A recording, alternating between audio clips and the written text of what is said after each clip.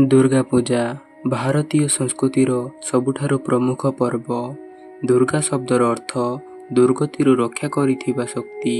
एही पूजाटी केवल धार्मिक नुहे, एहा आध्यात्मिक, सामाजिक और सांस्कृतिक दृष्टिरु महान। महिषासुर नामक दानव 100 वर्ष पर्यंत देवता मानंकु हराइथिले।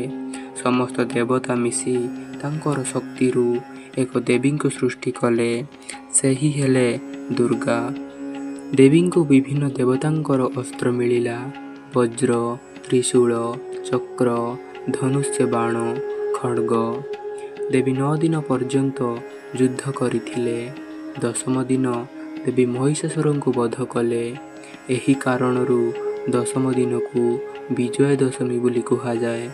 दुर्गा पूजा देखाए जे सत्य और न्याय सर्वदा विजयी। महिषासुर परी अहंकार, क्रोध, लोभ, अन्याय समस्त अशुभ को निवारण करिवार प्रतीक। दुर्गा पूजा महिला शक्तिर सम्मान।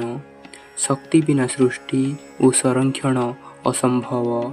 देवी को शक्ति, समृद्धि और सुरक्षार देवी माना जाए। सत्य सर्वदा विजयी। नारी शक्ति को सम्मान कर। अहंकार परिणाम खराब।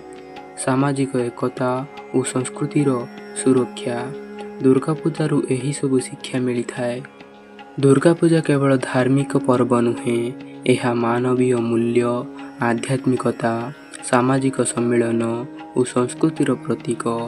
दुर्गा पूजा करा जाए जहाद्वारा आमे शिखु सत्य, धर्म और न्याय सर्वदा विजयी।